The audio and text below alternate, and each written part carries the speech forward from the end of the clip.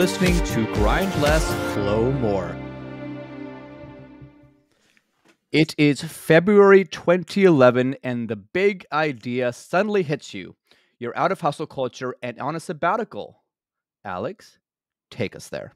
So, this is an evening at a cafe in Cambridge, England called Clowns of Cambridge. And I was at Microsoft Research Cambridge spending 3 months doing the research that eventually becomes a book called The Distraction Addiction. And, I had been living in Silicon Valley for the previous 10 years or so, sort of working as a technology forecaster and consultant. And as is often the case with this sort of work that is fascinating but high pressure, had found myself sort of reaching a point where I was perpetually like half a project out of sync and always trying to spend more time at the office, sort of try and do more. And eventually I burned out on this and left that job. Fortunately, got the opportunity to go to Microsoft and sort of start up something new. And one evening I was there and was reading a book by John Kay called Obliquity, which is about how big challenges often are ones that you can't approach directly, but rather you have to approach obliquely because they're super complex. They've got a lot of moving parts. And so going straight at them, paradoxically, is often not the most effective way sort of to solve them. And it made me think, I was at this point reading an awful lot. I was getting enormous amounts of stuff done. I was writing. I was having really interesting conversations.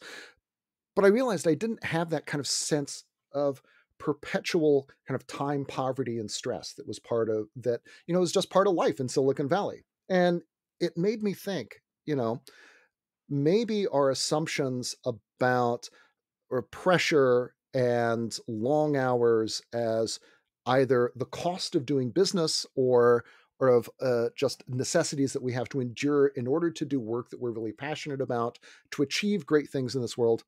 Maybe those ideas are backwards.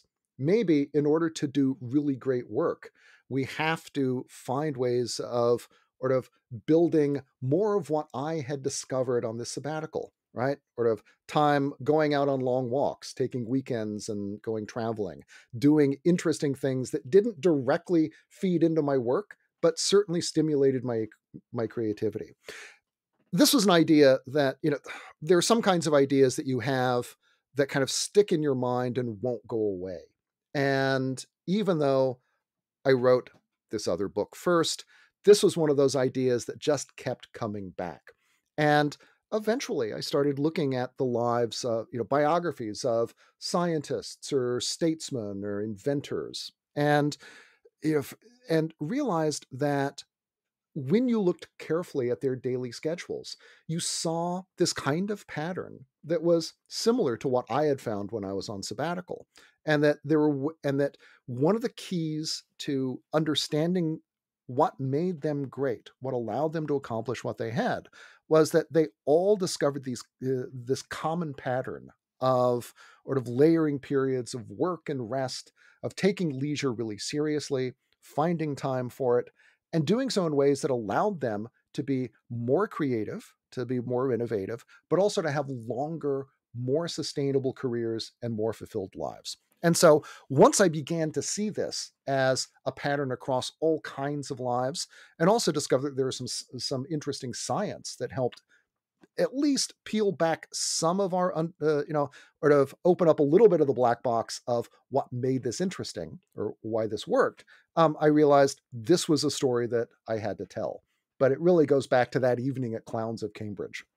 That's incredible. And reading the book, you mentioned a lot of, especially you skewed towards writers and scientists, and those are people that need to be really focused. And you mentioned like anyone who's anyone, right? Why don't you talk about maybe pick out a couple of those that could be relevant for the entrepreneur who does some deep work, but they're also working on hiring, raising money, strategy, sales, and some creativity.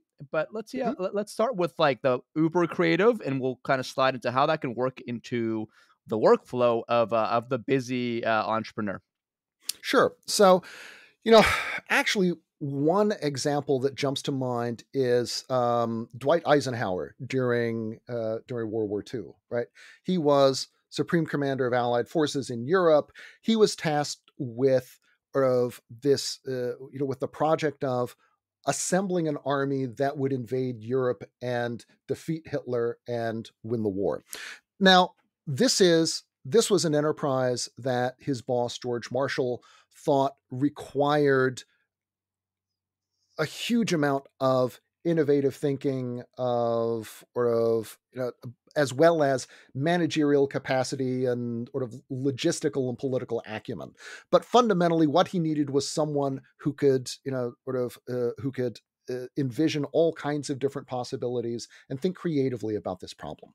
Now, Eisenhower, it turns out, when he was sort of doing this work, he was spending like long days planning this out, but he had um, kind of an escape hatch for himself. He had his chief of staff rented a little cottage out in the country called Telegraph Cottage, where nobody knew where it was, nobody else was allowed to go there, and every chance he got, Ike and a couple of his aides would go down there, play golf, do target practice. He'd read Zane Grey novels and so on, and talked about and his staff talked about this as being absolutely essential for for restoring his energy, lifting his spirits, and making it possible for him to do this immensely complicated thing that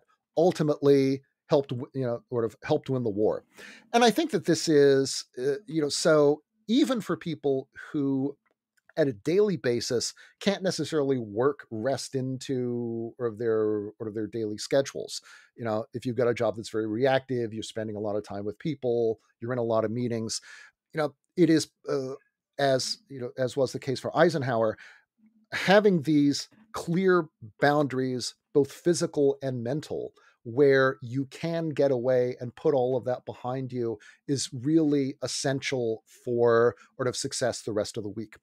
um, as for an example of someone who manages to work this into their daily schedules, my favorite is someone like Charles Darwin, who in contrast to Eisenhower, spent 20 years working on his book about the theory of evolution, but his daily schedule was one where he got up super early, would go for a walk, and then spend about, let's say, like 3 hours in his study, working really hard, take a break after about 90 minutes, but then go back in. And then by noon, he was pretty much, or if he would sort of stop, have lunch, and then he would go for a long walk on a path at the edge of his property. He called it his thinking path. And he would spend a couple hours out there turning over ideas that he'd been working on or that morning, but which he hadn't solved. And then he'd come out and then spend maybe another hour or so sort of working, kind of set up stuff for the next, write down those ideas, set stuff up for the next day, and then he was done. So if you add up the number of hours Darwin did what we would regard as like work, he was only working like 4 or 5 hours a day. And yet, doing this consistently, making it really deep work, he was able to sort of work out a set of ideas about the evolution of species that changed the course of intellectual and human history. And so I think he's a brilliant example of how when you have time over your schedule, layering these periods of really deep focused work with periods of deliberate rest give you an opportunity both to kind of recharge the mental and physical batteries that you spend working, but also give your kind of creative subconscious a chance to continue working on ideas that or outstanding questions that you haven't been able to answer just by, or of attacking them straight on. And and that in turn makes it more likely that your subconscious will be able to come up with a new approach to a problem or sort of an angle that you hadn't seen previously. You know, generate those sorts of aha moments that can really lead to or to breakthroughs or novel solutions. And by doing this every day in a systematic way, sort of allow you to make more progress than you would working far, far longer hours. So um, Darwin is an especially good example of a model that we see repeated in tons of Nobel laureates and mathematicians and writers and other folks. But he offers a particular clarity in how this model works, why it works, and what we get from it. Yeah, that's great. And I want to dive more into the creative subconscious because, some things that came up for me, as you mentioned, a lot of that was, well, number one, Eisenhower did something that I think Bill Gates does very often once a year. He calls it his reading week. And then there's Right. the walking part of it, right? That's like the famous Steve Jobs walk with someone and ideas come, whether it's synchronous or he's by himself. And then you got the proverbial shower aha moment. Now, Hmm. all those things there seem like what you've mentioned, where the creative subconscious has ideas bubble up. Now, I think the objection to why busy entrepreneur will not do that is because it doesn't seem structured enough. And I Hmm. like the fact that you kind of leaned more into some structure where, well, I mean, there's two approaches. One is unstructured walking. You don't think of anything, it comes to you, and that's a certain kind of eureka of getting a certain way of getting eureka moments. The other one that you talked about was more deliberate. You work on a problem, you even write it down on a piece of paper, and they say that if you write down half the problem with like even like a word that's not quite written out, there's this incompletion loop that your body's like trying to desperately to solve. and Hmm. and then you go on your walk, or some people do it before they go to bed, and then the Right. subconscious is stimulated. So talk about the creative subconscious in terms of like what's the science to get the eureka moment, whether it's not setting an intentional problem to work on, and or just flowing for 1 or 2 hours, and then I guess the idea that's most pertinent will come up. Let's dive more into that because that's something that I haven't seen something super tangible on, and, you're the scientist here, so I'd love to hear. Sure. So, there's been okay. So, sort of our understanding of the creative subconscious and how it works kind of flows from two bodies of research. There's neuroscience that has been exploring the operation of what they call the default mode network, which is sort of a set of connections in the brain that light up whenever we kind of relax our attention and and kind of think about nothing at all. It often feels like our brains shut down in those moments, but in fact what's going on is that our brains are just as busy. They look just as busy in an fMRI machine. It's just that different parts of the brain are sort of linking together, and they're parts that are associated with sort of creative thinking, with visualization, often with thinking about either the past or the future. And our brains love to activate the default mode network. Literally, in the time it takes you to blink, the default mode network will start to switch on. Now, there's a second body of research on mind wandering, which is not putting people in fMRI machines, but is kind of observing them out in the world.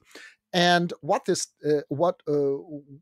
researchers have found is that when we let our minds wander, they tend to go to either thinking about the past, sort of planning for the future, or thinking about problems that we haven't solved yet. And so the pattern that we see, that kind of daily pattern of layering periods of sort of deep work and deliberate rest, is one that sort of creates a kind of structure around mind wandering so that you are, in a sense, loading up your brain with or problems that with unsolved problems, and kind of tempting the default mode of to take them on while you are out on the walk or on the treadmill or doing something that is maybe physically engaging but cognitively fairly low intensity. And doing the so one piece of structure around this has to do with the timing, right? The deep work first, and then the mind wandering. The other part of it, the other piece of structure is doing this on a regular basis. So, the people, you hear the great stories of aha moments or sudden, or of sudden bolts of inspiration do not come from people who, you know, who are, it doesn't just happen at random, right? The people like the great mathematician Henri Poincaré, who identified several of these in his life, he was someone who practiced this kind of schedule on a regular basis. And dive into his biography, there are lots of little moments where he's got these, sort of new ways of approaching a problem. But for him, there were three. This pattern paid off in three really big sets of insights that like advance the fields of pure mathematics. And so doing this on a regular basis, doing it as part of a regular daily routine doesn't guarantee exactly that the subconscious is going to or take on these problems on your behalf. The subconscious, being the subconscious, is going to kind of do what it wants, but you can at least tilt the field in favor of these problems that you've been working on by constructing that kind of daily framework, that kind of layering of periods of deep work and deliberate rest, to raise the odds that you'll get those aha moments sort of will occur for you. Yeah, no, definitely. Thanks for clarifying that. So, like, yeah, I'm sold. That's the way it's got to happen. And, and there's a lot of literature around how the default mode network, I guess, is activated when people try microdosing, psychedelics, and or meditation. There's so many different modalities, and we'll get to the modalities and the tactics. And I guess we're actually leading into that right now. So let's put this into like a use case of a founder. Okay, Right. Alex, I'm gonna start to do this. I'm gonna like prime a problem, either write it down, have it in my head. It'll be after I maybe worked on the problem or something related. So have a deep work session. So my mind is kind of warmed up and thinking about it. I'm just gonna disconnect, and now I'm gonna go on a 20-minute walk, or I'm gonna have Right. a 21-minute nap. What is the modality to really kind of let that simmer? If is there differences between walk, rest, deep play? There's different modalities you talk about in the book. Does Mhm. it matter? And yeah, what is and how long should someone make this a habit for until it's something that perhaps they start to see some results in, or sometimes it's instant, honestly. But I mean, a Mhm. couple questions around modalities and letting it sink in. Sure. So the sort of in terms of the amount of time you need for this to or begin to pay off, it's measured in weeks, not months, I think. Certainly Wow. in Okay. my own case, I started a habit of walking every day after sort of writing for a couple hours in the super early morning. So I get up when I'm working on a book, I get up around 5, I write for a couple hours, then I sort of feed the dogs, take them out. Dogs are not great conversationalists, and I've got a bunch of things that I've been thinking about anyway. So that is a period in which I can let my mind just do its thing, and carry a notebook with me, and I have an idea, I write it down because it turns out I am not going to remember it. My mind Hmm. is a lot better at coming up with ideas than remembering ideas. And then we come back, and I spend the next couple hours working through the implications of sort of this insight that I've had. So I think that and it took me 3 or 4 weeks before doing this regularly before it really started to pay off, Hmm. and kind of my subconscious really started to expect it. I think that so as a matter of solving kind of everyday problems, how do you handle the transition from this paragraph to that paragraph, or Hmm. deal with this piece of evidence? That kind of daily practice is really useful. Hmm. What we see with things like, the payoff for things like or of sabbaticals or deep play tend Right. to be, you might think of as solutions to bigger problems. So, I Hmm. think, for example, of Lin-Manuel Miranda coming up with the idea for Hamilton, right? He tells the story, he'd been working on In the Heights, he'd been performing it for 7 years, and his wife finally convinces him to take a vacation. And they go to a resort.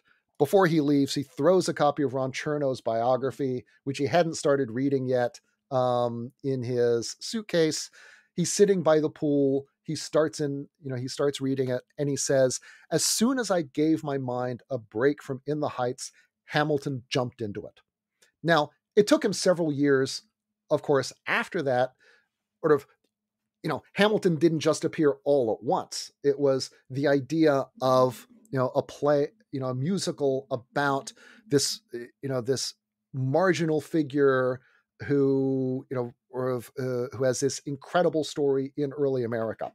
So there's still a lot of stuff you got to work through. But the big idea of sort of the story of Hamilton being worth telling in this interesting way, that's the thing that comes to him on vacation. Likewise, things like the idea for the design of the tokamak or the fusion reactor, the kind of circular donut reactor with sort of big magnets around it, came to sort of its originator on a ski trip in Colorado. And again, it's a sort of big idea that requires a lot of fleshing out. But, also, but there were a surprising number of those kinds of ideas that come on vacation or during periods when you're engaged in some sort of really serious hobby. Something like there was a study that indicated that something like 20% of ideas for new companies come to founders when they are on break. Right. When You they're talk on about Instagram. You talk about tons of exactly really relevant case studies in the book. Yeah, that was right. pretty impressive. So, I think that for, that things like walks, other sorts of short breaks during the day are good for solving those kinds of low level sorts of tactical things. Hmm. But if you're the sort of person who also needs kind of strategic ideas, Of course. where the market's going next, the idea for Hmm. not just sort of the daily walk is good for thinking about like the color of the button on, Right. or an icon, but you're not going to get the idea for a new company sort of Mm. necessarily on that or on a walk like that. You need something bigger. And And that's that's the where deep default time network, vacations come. just getting started. That's the default Mhm. network, default mode network on that walk.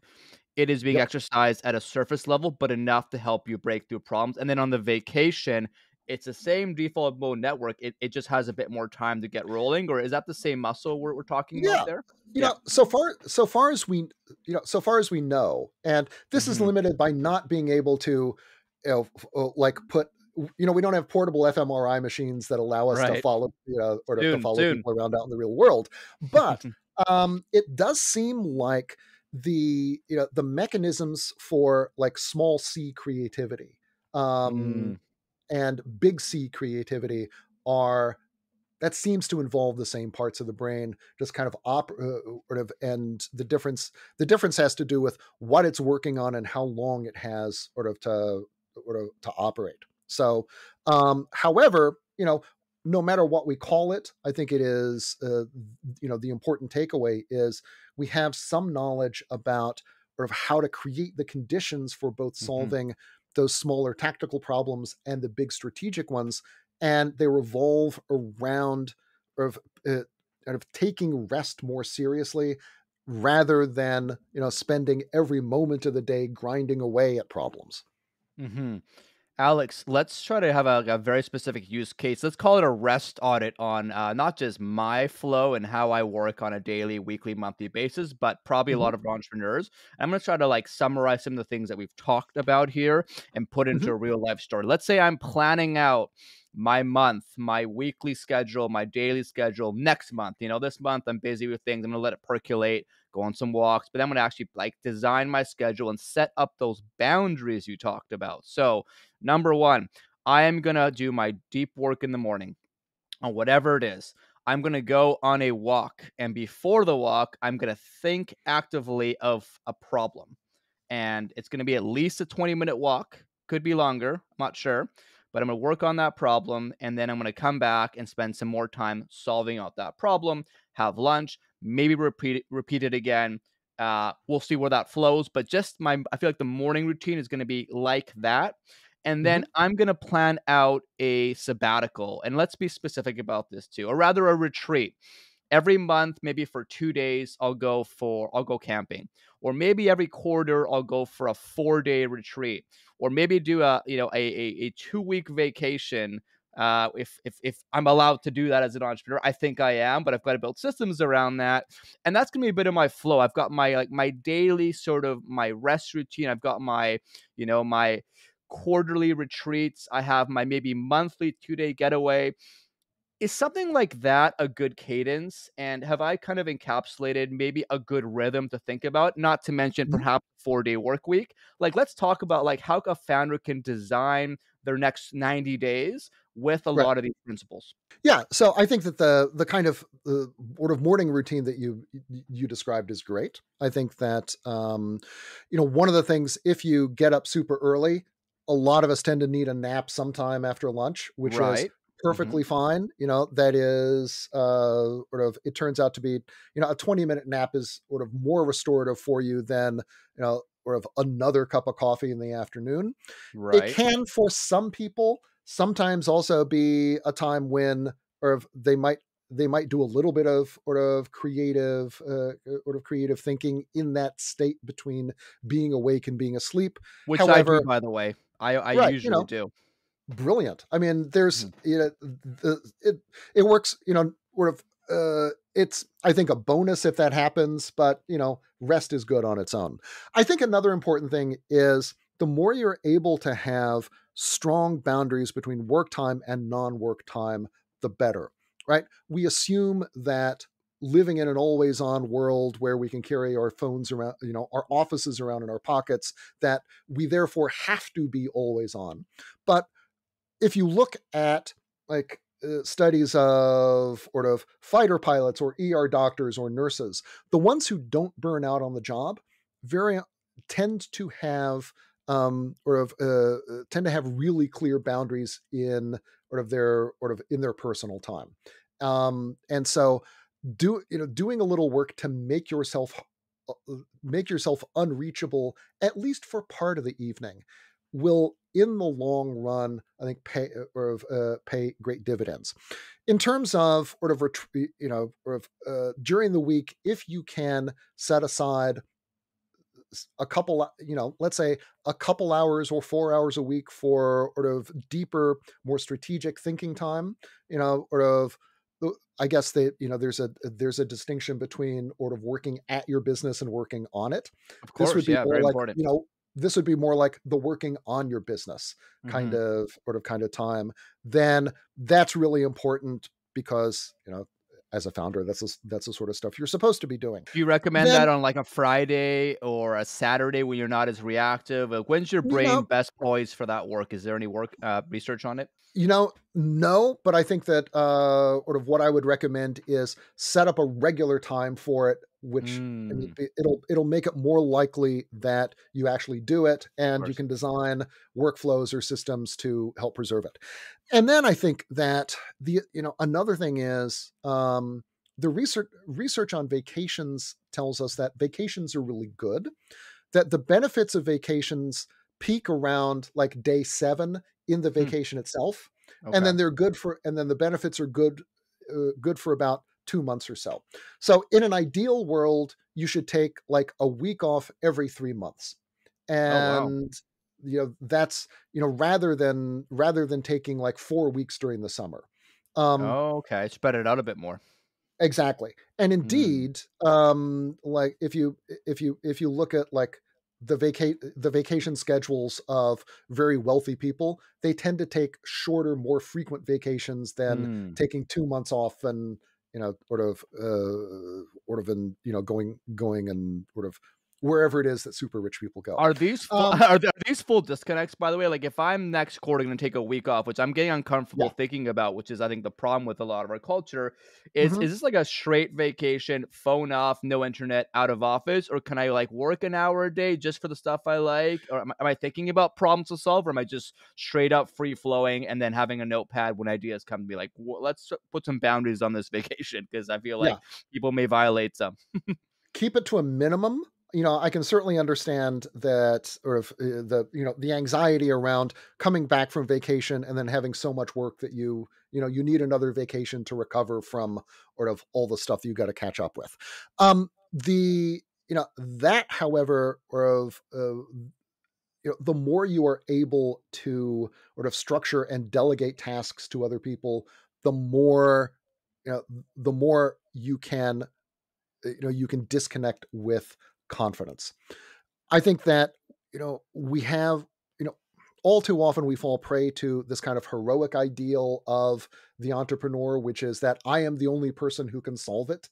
Yes. You know, and that makes us feel important. But if we want to build something enduring, then Mhm. you need from day one to start thinking about how you can automate certain things, how you can share responsibility, how Mhm. you can construct a system that is going to survive your being out of the office for order for a week. Definitely. Because Definitely. if you do that, the odds are you're going to build a more enduring company that is going to be number one is going to be around longer, and number two is going to have you around longer, because you will not have destroyed yourself in 2 years in a kind of arms race against sort of technical obsolescence, and sort of an effort to build something that you can then like sell after 2 years, rather than Mhm. something that's going to stick around. I think that Mhm.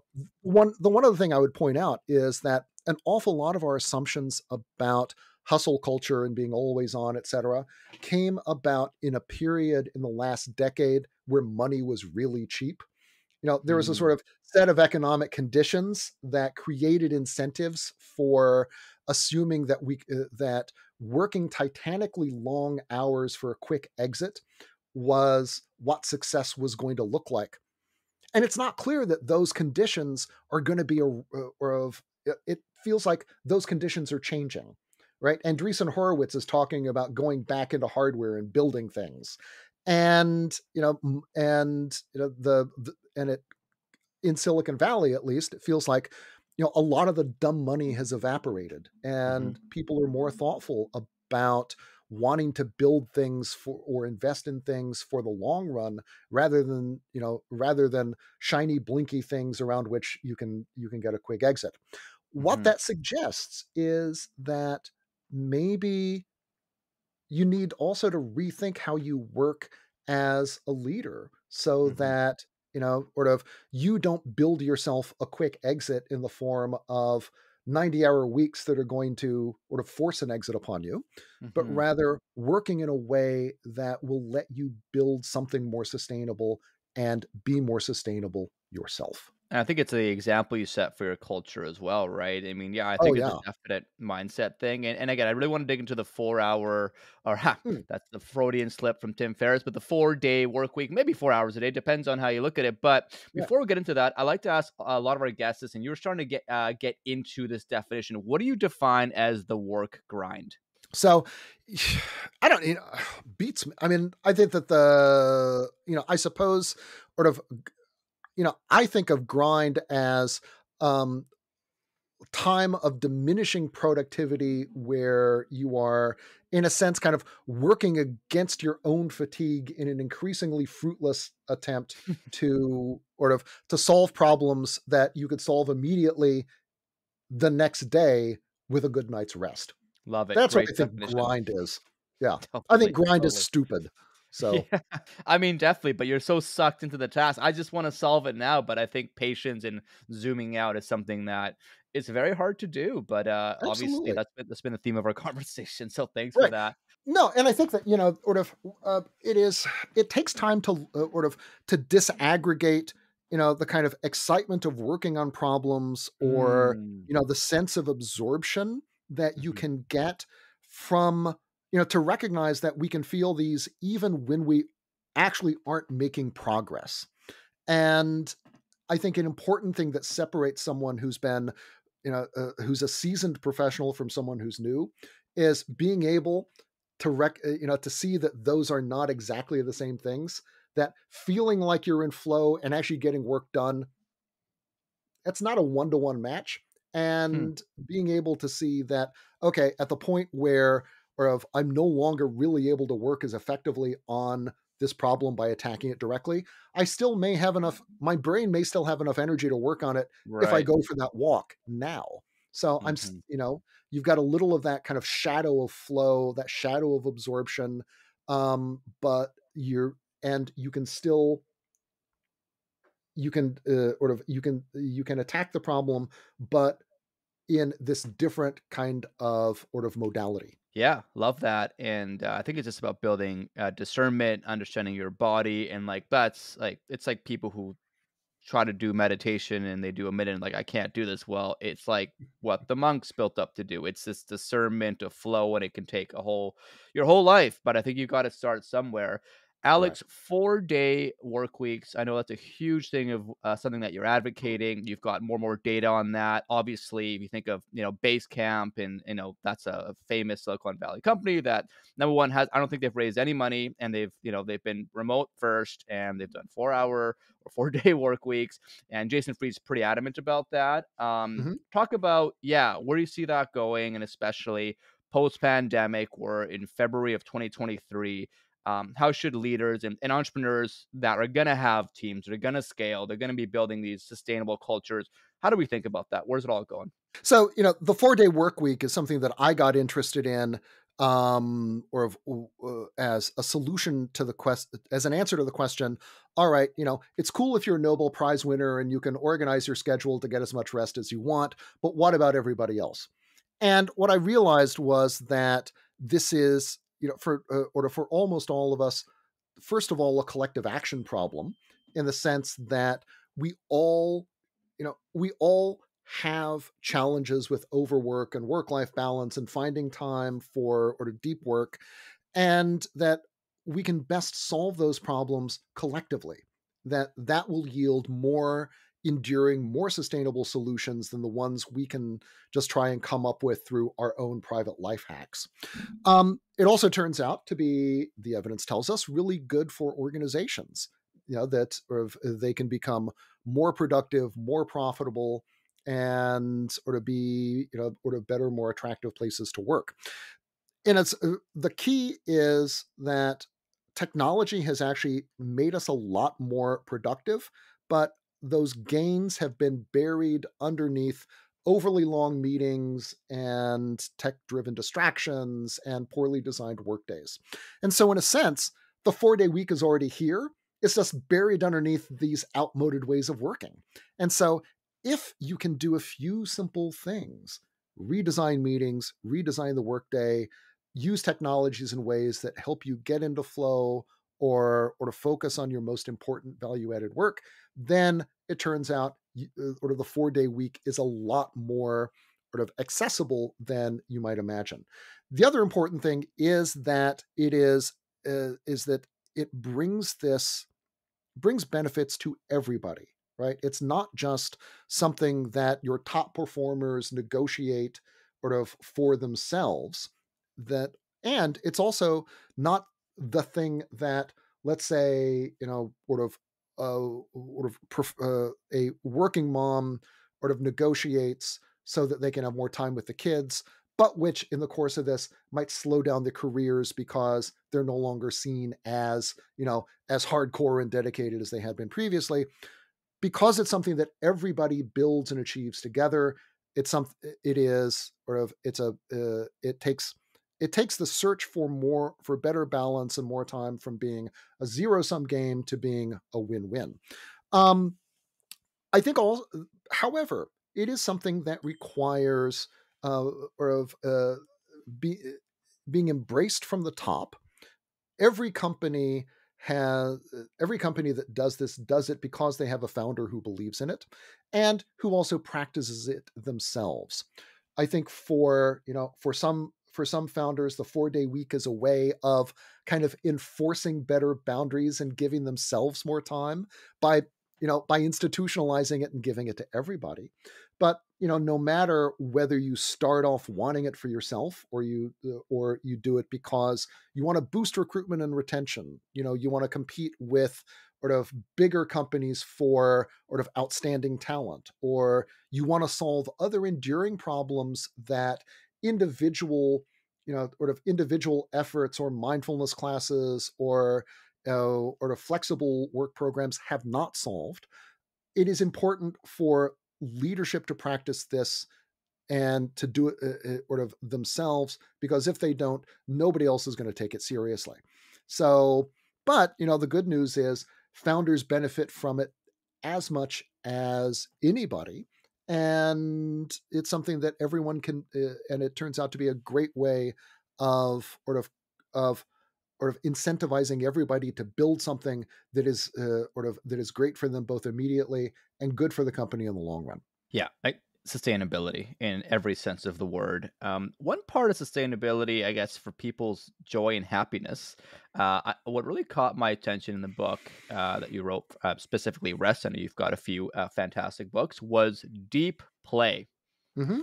It's like adult coloring books started to make a comeback not too long ago, and I don't know if that qualifies as deep play, but talk about deep play and again, like how does that tie to creativity? And there's some pretty cool examples you had around deep play and innovation. Yeah, I'd love to end Hmm. off with that.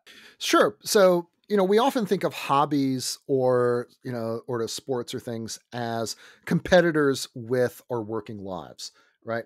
But it turns out like there were lots of famous entrepreneurs or famous scientists turn out to be like world class mountain climbers or sailors or chess players. And and I wanted to understand why this was, right? Why invest this kind of time and energy in things that are, potentially like literally physically dangerous as well as being very time consuming. And it turns out that that people who have these kinds of hobbies talk about them as offering the same kinds of rewards as their work at its best, but at a very different time scale, as offering rewards with a real kind of clarity, and while also giving them a break from the parts of like their everyday jobs that are least fulfilling. So scientists, for example, who are mountain climbers, talk about mountain climbing being like science, right? It's a deep engagement in nature. It requires intense concentration. You take a problem and you break it down in a lot of little pieces, and then you got to solve it. The good part is at the end of the day, you have the reward of being at the top of the mountain, and it's also very physical in a way that, let's say, laboratory work is not. Likewise, executives who are climbers talk about it as offering the same sorts of rewards as their work. Because it's about teamwork, it's about inspiring people, about discovering, sort of the outer edge of your own boundaries, and maybe and sort of pushing past them. So but I think that what's important about this is, number one, it serves as a kind of regulator to get you out of the office, or and to sort of to get you to take a break. But it also reminds you, it's a place that reminds you of the things that you love best about your work when it goes really well.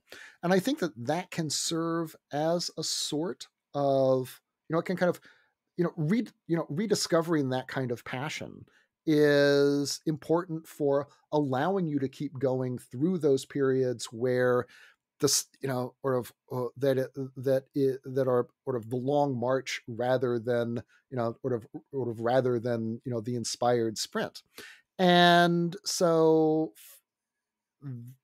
that's why deep play turns out not to be just a waste of time, or sort of a diversion from our work, but like reconnects us with what we love best about our work, and gives us both the physical and the mental energy or to keep doing it. Wonderfully put. Thank you, Alex. As I look at my notepad, which I like to keep throughout interviews, to summarize, I think the themes and insights of our talk, and by all means, this might spark new ideas, so jump in if you like. I mean, this all started when you were in Cambridge and you had just come off being burnt out. And you were sort of like on a mini sabbatical. And I think, something you mentioned a lot throughout the interview was having this creative subconscious, right, and having it bubble to the surface. And I think that happened right off the bat when you were in Cambridge.